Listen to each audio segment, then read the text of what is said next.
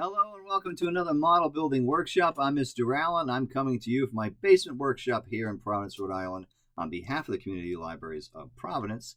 And today we're celebrating the 80th anniversary of D-Day.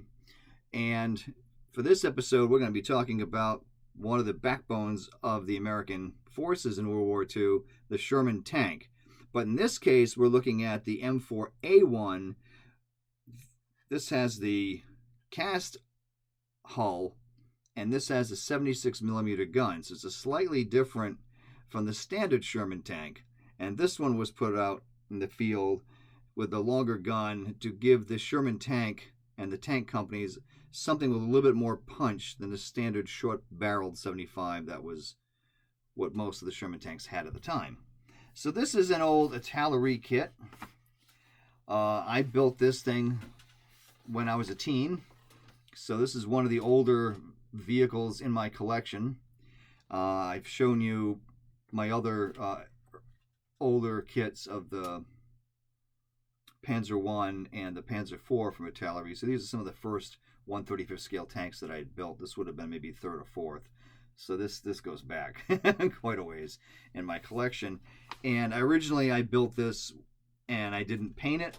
I left it unpainted, put the decals on it, and it sat that way in my basement here in my collection for quite a while before I decided to take the tracks off and try to, paint it, which I used. But by the looks of things, it looks like I used a Tester's olive drab spray paint. The decals in my spares box did not hold up well enough for me to replace the decals, so I had to get some other stars and do it kind of in a basic configuration like you see here. So even when I did the repaint, that's probably a number of years ago as well. so this has been around a while. So here's the instructions, which I no longer have the originals, but I got these from ScaleMates, and thanks to ScaleMates we can get things like this. And let me do some of the story here, because it's got a nice little story here. It does talk about, in 1941, when the Germans invaded the Soviet Union, that President Roosevelt was thinking, okay, it looks pretty inevitable we're going to get involved in this war, so we better start working on getting more weapons prepared for when this fight eventually comes our way. And at the time, they had the Stuart tank and the Grant tank were in production, and they were trying to get the M4, the Sherman tank, up on the assembly line as soon as possible. So when the Sherman went into combat, it did very well in the beginning, but it quickly became apparent that against the bigger and better German tanks, that short-barreled 75 millimeter gun just wasn't good enough to deal with the increasingly heavier and bigger German tanks that were out there. So the need to get something better armed like this one became more pressing. So they wanted to get a 76 millimeter gun into it, which gave it a better armor-piercing ability than the original 75 did. So in this case,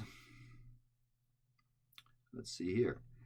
So those changes necessitated, a completely new turret, which would then, handle the 76 millimeter gun. And the new prototype was given the designation M4A1.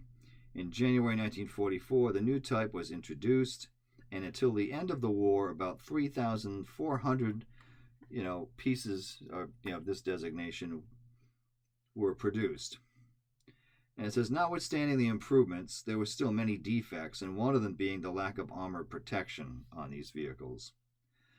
And it says, frequently crews were forced to protect the tank and the sides and the front with sandbags, logs, exposed track sections, extra tracks, and sometimes even use cement as a way to adding some extra armor protection to the tanks.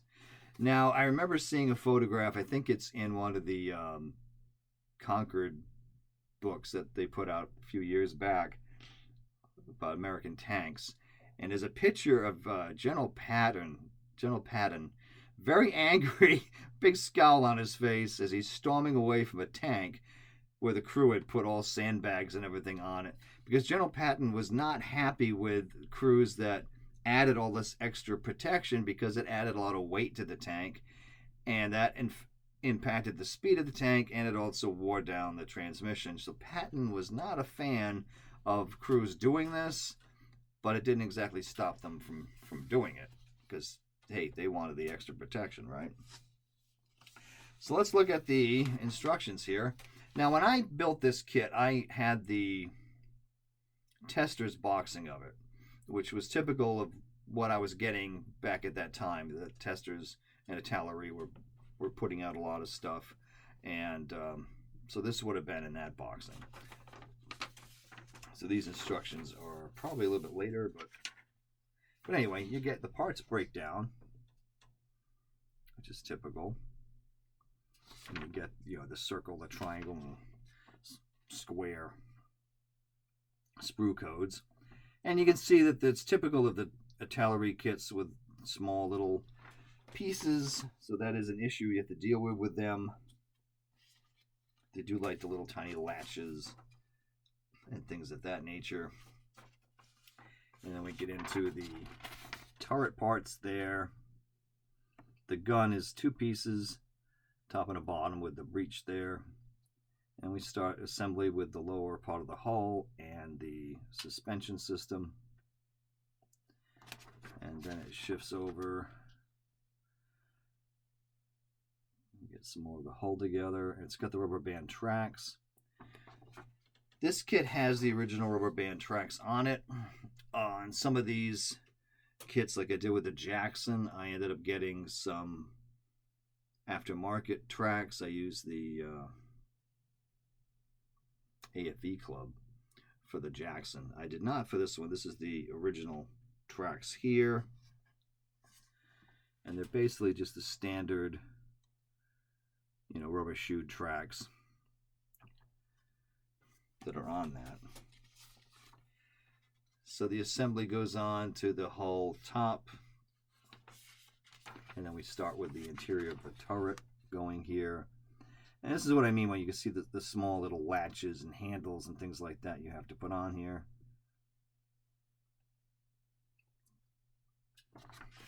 And then we get into getting the turret together and all those details for the hatches. And then we get the marking options. Let's have a few here. And the overall olive drab. You have a crew figure, which I did not use.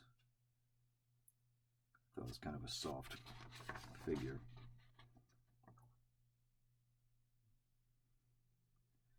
There's the look of it there. So when I decided to repaint this vehicle years after I built it, I went to my spares box to get the decals, and the decals over the time, they shattered. I put them in water, so I ended up having to just source some just regular stars and kind of left it at that because the original decals no longer worked. But I do recall having Al Capone on there at one point when I built it originally. So here's the kit overall. You can see the different features of it with the cast hull, the different turret. Now, one of the questions I would have is that there's a noticeable, whether those are the weld seams of that turret or just, I'm going to assume that because there's clearly, a line there, how this turret went together. This does have skirts on it, which are optional. I put them on. I may have put them on later when I replaced the tracks and painted this. I'm not sure at what point I put that stuff on.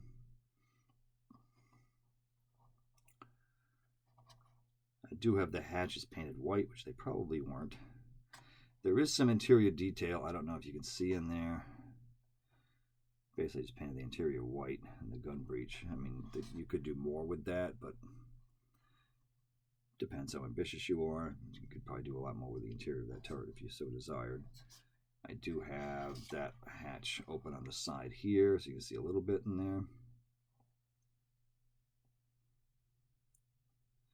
One of the issues this kit has, though, is that, well, it's pro and con. When you build the suspension systems on these Italeri kits, they are movable.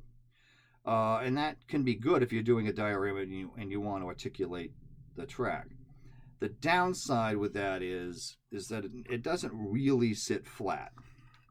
It might look that way, but it kind of isn't, because what happens is the front and the back tend to go up because it tends to force the wheels on that kind of an angle. If you look closely, you will see that is happening here. So if you want to put it on a kind of terrain that would make a rational reason for that to be going that way, that would help. Otherwise, I would recommend you glue all of this suspension down really well and let it sit for a while before putting the track on, because the track is going to force it to do this just because of the rubber band effect. It's going to pull. So something to think about. You know, these are things I did not notice or didn't realize when I was a young builder. I didn't really catch on because, you know, several of my older, to me, Italeri kits do that. You know, to me, it doesn't quite have the same issue with theirs, but then I don't think their suspensions articulate as much as these do. But anyway, this is kind of a fun kit. It's been sitting in my collection for eons. You know, one of my first 1/35th scale tank kits. Like I said, I did the Panzer I and the Panzer IV and this one. Then I started tackling some of the Tamiya ones as they became more available to me in the stores back then. But hey, so there's the M4A1, and yeah, I've got my 75th anniversary D-Day shirt on. Now we're on the 80th in 2024, so just gonna remember D-Day and keep on building and have fun out there. All right, we'll see you next time. Bye now.